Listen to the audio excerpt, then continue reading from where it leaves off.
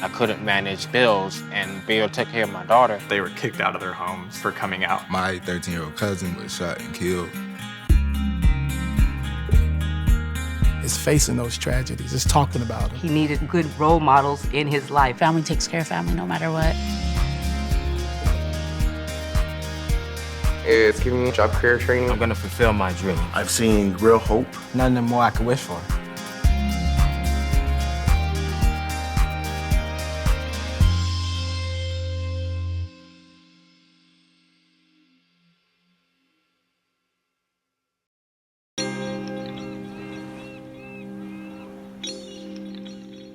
A lot of people think, I'm Indian or I'm Hispanic or I'm from South America, Cuba maybe, I get that all the time.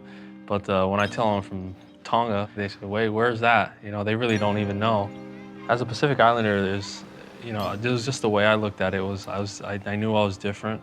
We're small fish in a very big pond. Growing up, it wasn't until really middle school it hit me that I was different, that I was a minority, because I was one of maybe 2 other PIs on campus, and I happened to be related to them, so it was kind of like, where are the rest of us? I resented it a lot, just my community in general. I was okay with people calling me whitewashed, and then when the internet bullying started happening, that kind of pushed me away from them. It gets kind of emotional because it's like, how could I just hate myself like that? All about these other people's histories that you were taught in school, but you don't really know much about your own. Kind of starts to mess with your head a little bit. Something I struggled with. It was kind of, where do I fit in? And I allowed my depression to lead me into places that I should have never been. And because of that, it affected my schooling, it affected my relationships. It kind of limited me to believe that the vices of the neighborhood were where I would find my success. This is what happens when we feel like we don't belong. It's not an identity that comes naturally. Pacific Islanders will identify themselves as a member of their family, and then maybe a village, and then maybe an island, and not so much as the Native Hawaiian Pacific Islander community in general. My story is what it is, came from very humble beginnings, and I'd like to share that with people that are in the same position that I was, and let them know that, things can be different. At first, I was like, there's a PI pro golfer? He just kind of slid right in and fit right in with us, and it kind of just, it clicked. My dad's Tongan and my mom's Samoan, and I'm very proud of being, from the South Pacific. It's never a bad thing to be different. We're definitely different because there's not a lot of us. It's all about family, back in the islands, that's all we have, really honestly, is each other. Most of Islanders come out here just to seek better opportunities, to try to better themselves and their families. Both of my parents are from Western Samoa. My dad's biggest goal was to get a home because he doesn't have citizenship. He's not able to do that. And my mom, she's been cooped up in the house and she's just always wanted to work. The immigration system is extremely fractured when it comes to our communities. There's over 50,000 Pacific Islanders in LA County alone. The challenges range from access to higher education, to economic justice when it comes to being able to access affordable housing. Many Pacific Islanders are unfortunately working in low-income jobs.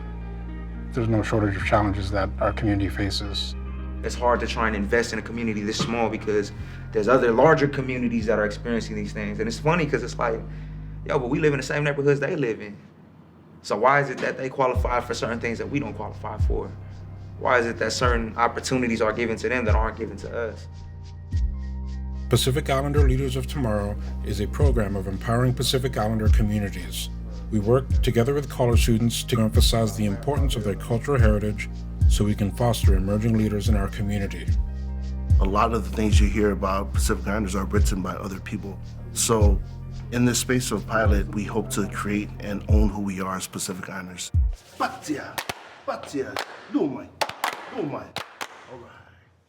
This program really kind of helped heal what was going on within myself.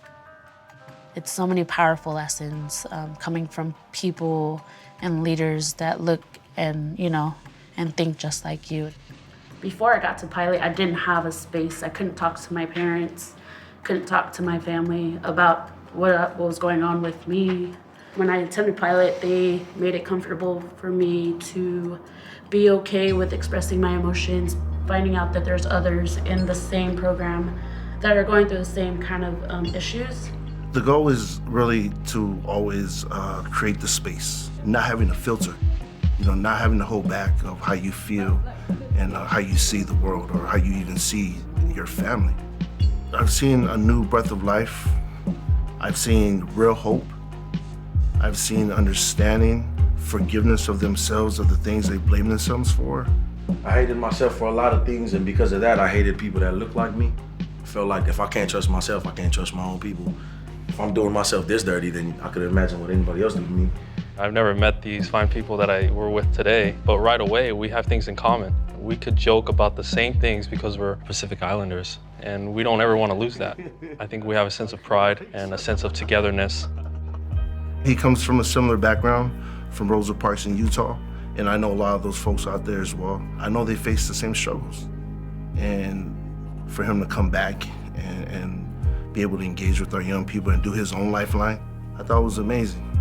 You look at golf as kind of a sport where, mostly rich people play, and it's still a Caucasian dominant sport, you know what I mean?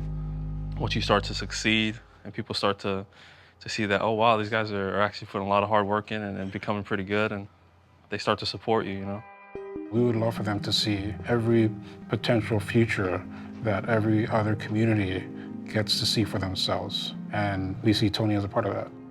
Tony was the first Pacific Islander athlete that I've ever met that's on this level, right, that has that platform. I feel like it was great to have the dialogue. It was great to display the different narratives that are present here, understanding that our community is not a monolith, but that there's very diverse stories within our community at large. I found myself with them. I finally have a place where it's okay to be me. It's a beautiful thing. You find out everybody's passionate about fixing these issues because we're sick of struggling from it. And we want to ensure that the next generation that comes about doesn't have to. I started my own foundation last year, TonyFinauFoundation.org. We're trying to inspire and empower people to know that situations can change. And I hope to be able to reach as many people as I can. We all have a different story, but we're connected as one through our culture. For the most part, a lot of us are from the same tree. At least we have each other, and we can make a change. It starts from the ground up, and I'm happy to come back to where I know my roots are and really try to see where I need to start.